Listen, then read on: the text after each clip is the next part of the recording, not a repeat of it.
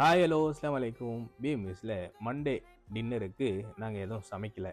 ஏன்னு கேட்டிங்கன்னா சண்டே வச்ச தால்ச்சாவே லெஃப்ட் ஓவர் ஆகிடுச்சு. எப்பயுமே நாங்கள் கிரேவி வச்சா 2 வேளைக்கு உள்ள கிரேவி தான் வைப்போம். இப்போது கொஞ்சம் ஜாஸ்தியாக ஆயிடுச்சு அப்படின்றதுனால சரி வீண் விரயம் பண்ணக்கூடாது அப்படின்றதுனால அதே தால்ச்சா வச்சு மண்டே டின்னரை சிறப்பாக தோசை வீட்லேயே சுட்டு சாப்பிட்டு முடிச்சாச்சு.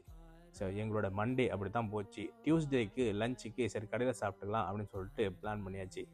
அதனால் நாங்கள் அன்னைக்கு எதுவும் குக் பண்ணலை. எங்களோட டே இப்படி தான் போச்சு. வெளிநாட்டு வாழ்க்கை டெய்லி இப்படி தான் போயிட்டுருக்குது.